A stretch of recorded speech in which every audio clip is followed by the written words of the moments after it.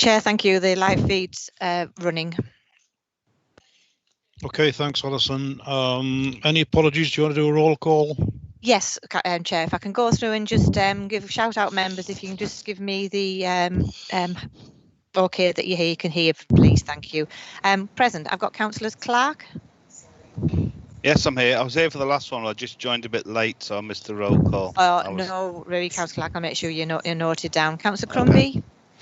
Present, Alison, and I was here for the last one, but my computer shut down. I had to rejoin. No way, I had you noted. Councillor Donoghue. I'm here. Councillor Dalston. Yeah, I'm here. Thank you. Councillor Hazeldine. Yes, Alison. Thank you. Councillor Cindy Hughes. Yes, I'm here. Thank you. Thank you. Councillor Jones. Yes, Alison. Thank you. Councillor Lee. Yes, thank you. Councillor Nicholson. Yes, I'm here. Thanks very much. Councillor, oh no, sorry, I haven't got Councillor Scott. Councillor Snedker. Yes, I'm here, Alison. And I've got Councillor Scott marked as absent, but I've also got Councillor Newell's apologies. Thank you very much, Chair. Thank you. Item 3, any declarations of interest? No, a lot of head shaking, thank you. To confirm the minutes of the meeting of this committee held on the 6th of September last year. 8th of September. Sorry? 8th on mine. You're right, sorry, I misread that. 8th of September, can we agree? Yeah, agreed. Agreed. Okay, no dissent, thank you very much. Item 4 is an update relating to the Licensing Act policy review. Colin, are you taking that? Yes, I am, Chair. I have had some connectivity problems this morning, so if I do cut out, if someone can let me know, and I'll turn the camera off and hopefully improve the connection.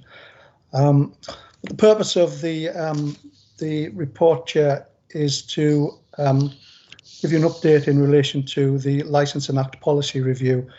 This was due in January, but was extended by the Licensing Committee to April because of COVID. This is a requirement under the Licensing Act 2003, and a policy has got to be reviewed every 5 years. Most local authorities are in exactly the same position following the Act. Work was ongoing for this very early last year, and then of course we had COVID. And with that, the hospitality trade was particularly badly hit. Even with the gradual easing last summer, there was still reduced capacity in the premises to accommodate for social distancing. Because of that, the Business and Planning Act was introduced in July, and essentially this was so that it could increase the use of outside space. And just as an example of the Business and Planning Act, this covered pavement CAFs, and we moved from having 9 pavement CAFs to 32. We did that within the space of 2 weeks, and that was because of the Business and Planning Act. The Business and Planning Act is an emergency piece of legislation which is due to expire on in September this year. Then we moved into autumn, and we saw further restrictions introduced in the tier system, and then we went into the full lockdown just before Christmas. During 2020, the North East Strategic Licensing Group, for which Darlington are a member, expressed concerns that actually most local authorities need to review their licensing policy, but there's actually no trade or very little trade to consult with meaningfully. They did request a delay through the Local Government Association for 2 years. However, the advice at that time was that a short delay would be considered acceptable, provided the work was ongoing in relation to doing the policy review. This was explained in a report I presented on the 8th of September, and the Licensing Committee approved the retention of our current licensing policy until April this year. And that was so that we could establish some meaningful consultation.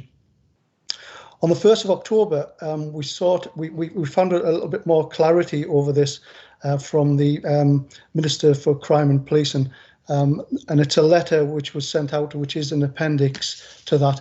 I will point out in that letter, it refers to cumulative impact.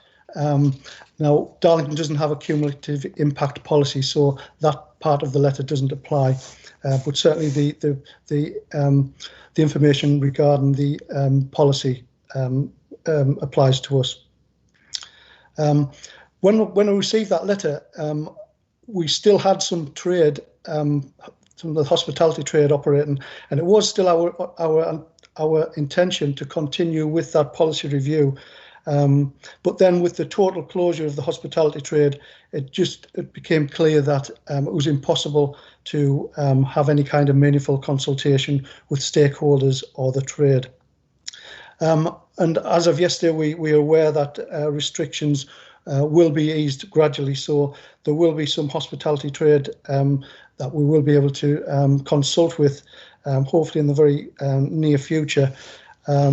And then realistically, probably in the autumn, hopefully when everything is up and running. And I think we've got to be realistic as well to say that things won't be the same as before COVID. We don't know what's going to look like, but there will be changes. The MP in the letter to the local authorities asked for a pragmatic approach to licence and policy. So what I'm proposing is in line with the guidance that was presented in that letter, and that is to carry our policy over.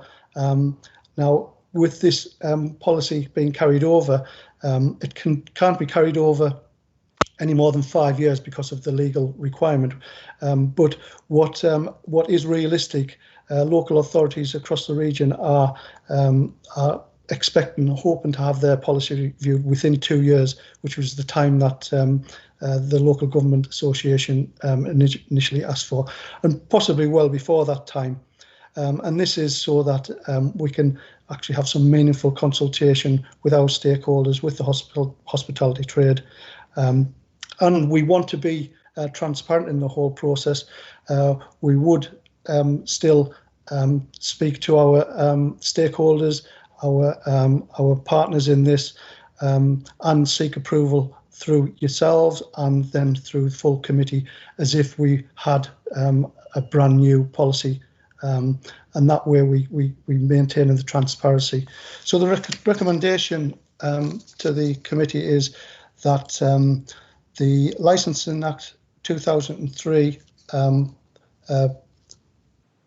the committee agree that this policy be carried over to allow sufficient time to fully consult with the hospitality trade and stakeholders once the COVID regulations have been sufficiently relaxed. And this is seen as a pragmatic approach which is fair and transparent to everyone. Thank you, Chair. Thank you, Colin. No glitches there. Well done. Thank you. Questions, comments, anyone, please? No questions, no hands raised. Okay, thank you. Given the situation, I think it's going to be almost impossible to put any forward-thinking date on this, Colin. I understand that, and I think this is the sensible and pragmatic approach to have to this. So, members, can we approve the recommendation as it stands, please? Approved. Thank you. Nobody objecting? Okay, thank you very much. That's moved and agreed. There are no supplementary items of which I'm aware. Any questions, anyone? No hands raised. Thank you very much. Well, that's another short meeting, but well worth it. Thank you. Thank you, Colin. Thank you, Chair. Everybody, thank you for your attendance. Thank you. Thank you.